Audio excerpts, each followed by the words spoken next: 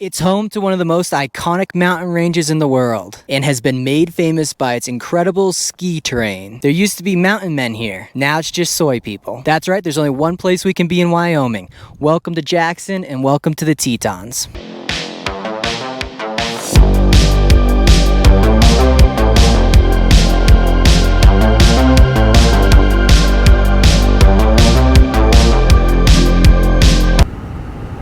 We're gonna meet up with Tristan, gonna do a nice day hike, cook some steak. Tristan has his race tomorrow morning, and then we're gonna do some canoeing. Okay, what a lot of travel shows won't show you, that we will, because we're after a more authentic, real experience for you, is the traffic. Jackson, the Tetons, they're just like Disney, they're just like Mount Rainier, Yosemite. There's a lot of people, there's a lot of traffic, and a lot of lines. It's not just some idyllic place where it's flowers, an abandoned cabin with elk running through it. A lot of people come to these areas and it gets quite busy. A lot of places don't want to show that in the video because it's not romantic, but that's the truth of the matter. Any of these places you go to, they get quite busy. All right, we made it through the long line and look who we have met up with here.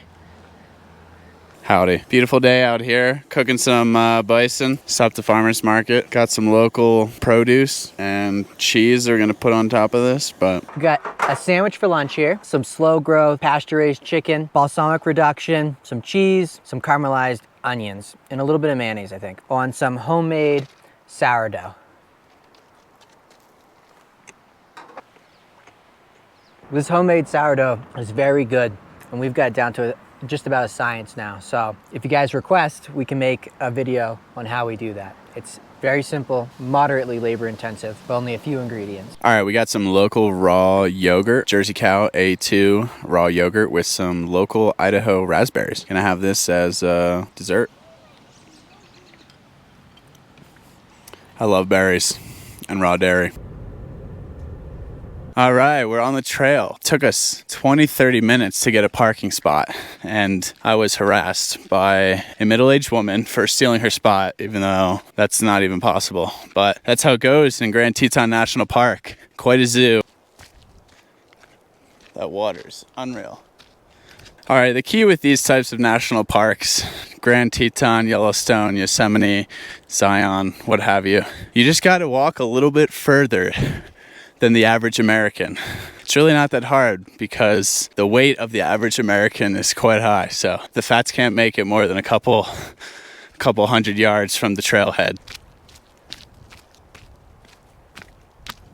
Just look at this. Pristine, so beautiful, crystal clear water, immaculate views, maybe 15-20 minutes from the parking lot and no fats to be found. Look at this butterfly right here. Did we catch that? Another thing to catch. Got a beautiful merganser off on this little island with a single tree. They carbon dated this tree over 2,500 years old. That places it about the time of the birth of our Lord Savior Jesus Christ. Oh, we've got a man on the far island. Must have swam out there. Might get a video of someone drowning here. All right, so we're just chatting here about booking places to stay when you're traveling, Airbnb versus, traditional routes. And GT is saying he's much more a fan of booking.com.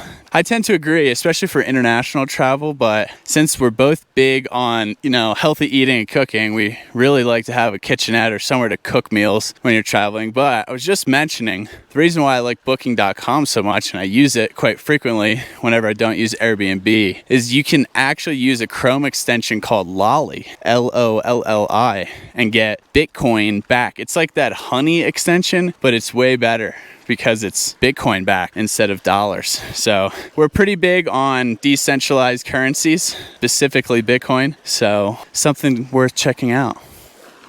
We've stumbled across a hidden beach here. White Sand Beach. Wyoming or the Bahamas, I don't know. Just kidding, the Bahamas don't have mountains like this. I got a purple butterfly here, trying to get him to land on me. I'm the Steve Irwin of butterflies. I think he's a moth, actually. We were supposed to hike a little bit further. We're going to take a little break. Tristan getting his camera set up like a woman for Instagram.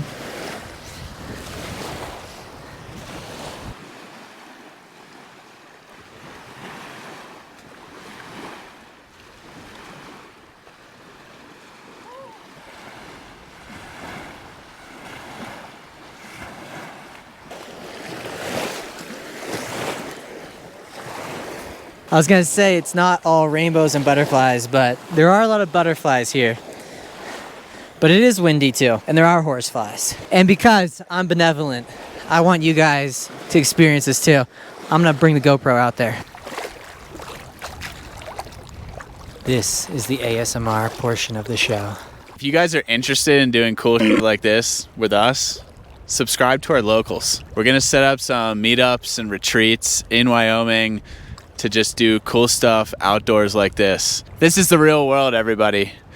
Connected to nature, the most beautiful scenery. This is a fulfilling life. This is what we're all about. Fucking get it.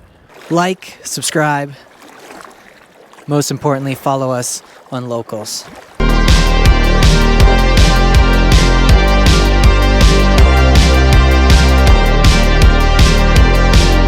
Another topic came up, and that was hiking in sandals. And as you guys can tell, we're both fans of it. I have Bedrocks. That's the name of the brand. These are pretty good. I got my Earth Runners Minimalist.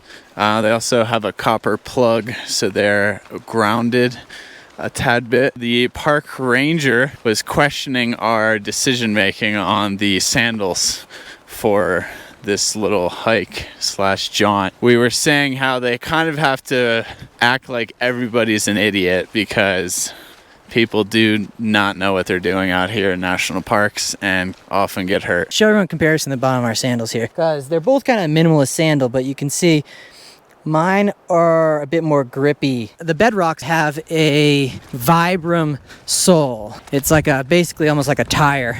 So they're really grippy, but they still remain quite light. The only issues that I've had with these is when they get wet, the inside material can tend to rub a little bit. Yeah, the Earth Runners are not great when wet either. I mean, they're fine like if you're not moving around a bunch, you're on a canoe or a kayak, but ideally you don't want to get them super wet and then walk a bunch because they will kind of change shape. But super light. I would say the only downside is when you're running or stuff. I mean, you literally feel everything, which is fine. But sometimes when trail run like really hard, just feel it a bit more in my feet because there's just literally no support. So, and actually, as he was talking, another drawback of hiking in sandals just occurred to me, which is a small sharp rock hopped up under my foot and you just step down on it and it hurts and you have to stop and kind of pull it out. But overall, the foot freedom, letting the feet breathe, not wearing socks, I will take that every opportunity I can.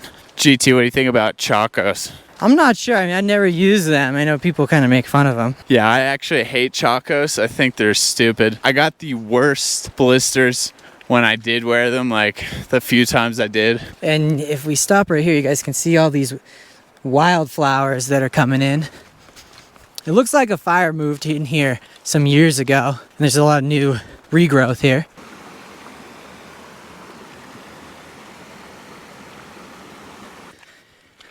This is kind of looking like bear country. And if I'm not mistaken, this is the Wyoming paintbrush, state flower. Doing a little bushwhacking, getting down to the water here. Bit more of a moose-like lake. Some sort of duck floating out there. I think that's a male merganser.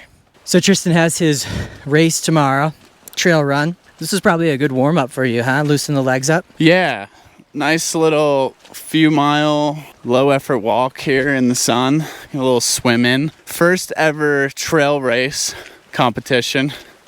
I gave myself a very healthy 2.5 weeks pretty much to train, maybe 20 days. I wasn't really running regularly until maybe 2-3 months ago. 15 kilometers, 1,800 feet of elevation gain on deck for tomorrow morning.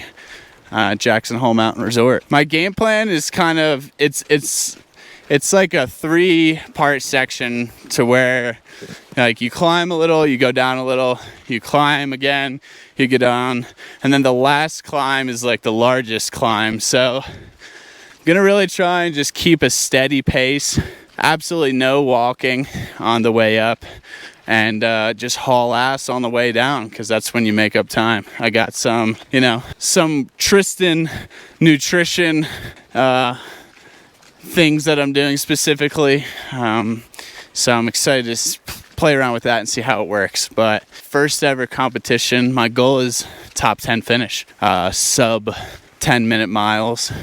Got a big raven in the tree. We just finished hiking about 8-9 miles. Saw some good animals on the trail. A raven, quick bear sighting, some TRT dads, saw a snake, saw a mountain toad. We are at our campsite. We got the fire going. Tristan already cooked a little bit, but we're gonna cook on the fire. We got some steak, some corn, not local. We don't really grow this that much.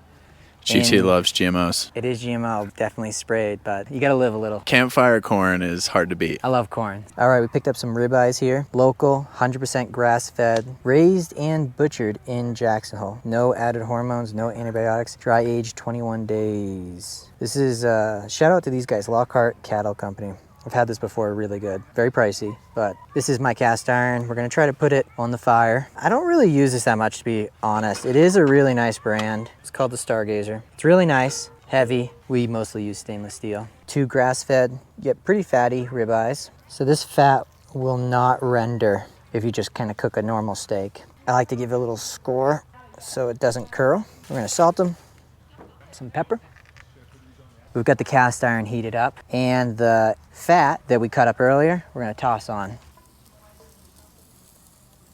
So that will render down and all of the oil will come out. I believe animal fat has a really high smoke point, so you can cook the steak in it and it makes a really tasty snack.